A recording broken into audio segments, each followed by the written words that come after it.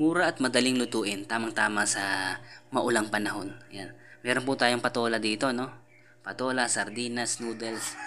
Ngayon mga kagilas, balatan muna natin to. Ito may palikpik na patola, no? Gamit ko po yung peeler. Yan, nabalatan na natin. At ito naman po yung noodles na gagamitin natin. Yan. Ngayon mga kagilas, hiwain na natin itong patola. Oops, medyo magulang na pala, oh. May buto na sa gitna. Ngayon mga kagilas, pwede pa nating iluto yan. Basta biyakin nyo sa gitna, tapos tanggalin nyo po yung mga buto nya.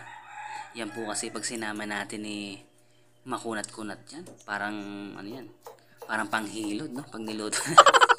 Mahirap niyan. Pero yan pong labas na yung balat na yan, malambot naman yan. Yan, pwede pong iluto yan. Ganyan po ginagawa ko kapag magulang na yung patola. Meron na pala tayong pinukulong tubig, no? Ngayon po mga kagilas, ibablanch natin yung ating noodles para mawala yung lagkit niya. Minsan may amoy yan. Kung napapansin nyo sa palengke, yan minsan maghapon nasa labas, no? Hindi po nasisira, no? Yan po kasi merong preservative. Kaya mas maganda po yung pinakukuluan natin para males naman yung preservative. Hindi man natin naalis lahat, pero nabawasan naman natin, no? Kaya wag po tayong basta-basta nagmamadali sa pagluto. Kasi napansin ko yung iba, basta-basta na lang tinatambog, no? Maging po tayo mga kagilas, maging sigurista. Yan, binuksan ko na yung ating delata. At ngayon gamit ko na naman yung aking antigong kawali, no? Magigisa tayo ng bawang at sibuyas. Alam niyo mga kagilas, yung kawali na yun kahit saan tayo makarating, hindi ko papalitan yan. Yan po kawali pa ni inang. Napakasarap ng niluluto niyan. Kung napansin nyo mga kagilas, naglagay ako ng hebe, no? Yung dry na hebe. Yan po yung pampalasa ko. Sinama ko na rin po yung patola para magisa na din. Nilagyan ko ng konting toyo. Yan, konting paminta. Konting bechin. Yan. Huwag po kayong matakot sa bechin, no? Basta pa konti-konti na nilagay. Masama naman sobra. Yan. Nilagay ko na rin po yung yung ating sardinas. Igisa-gisa na natin yan. Tubigan na natin. At ito meron tayong 2 pirasong itlog. Batihin na natin yan.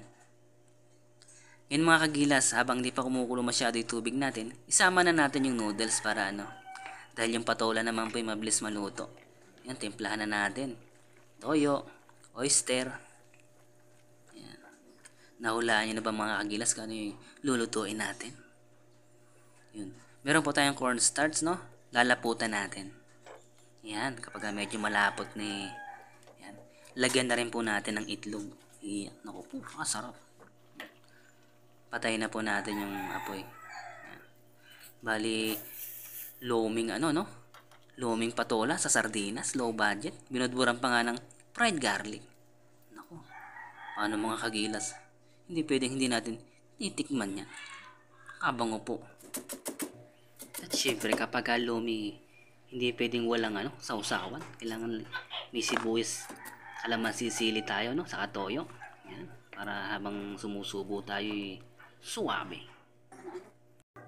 At basta lumi, dapat sa plato natin sinasalin kasi yan sobrang init. Kapag sa plato mabilis yung lumamig, mabilis nating makakain. Hindi naman sobrang lamig, no? Yung ituro ng tropa kong Batanggenyo. Yan. Pati yung alagang aso naaamoy na, nagutom. Lagyan na natin ng konting toyo, no? Yung timpla po natin dito sakto lang para pag nilagay yung sausawan doon siya magbe-blend. Doon siya mape-perfect. Iyo. May ganun. Hipan mo mainit. Gihigop. Malamig na yan.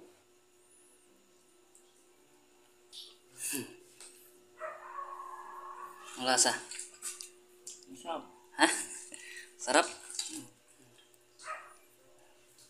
Kakaingit ka naman. Gutom na rin ako.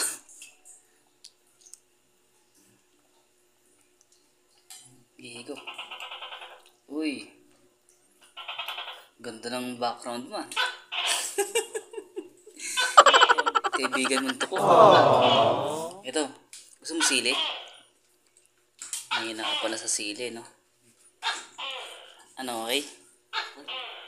Ha? Busin mo yan.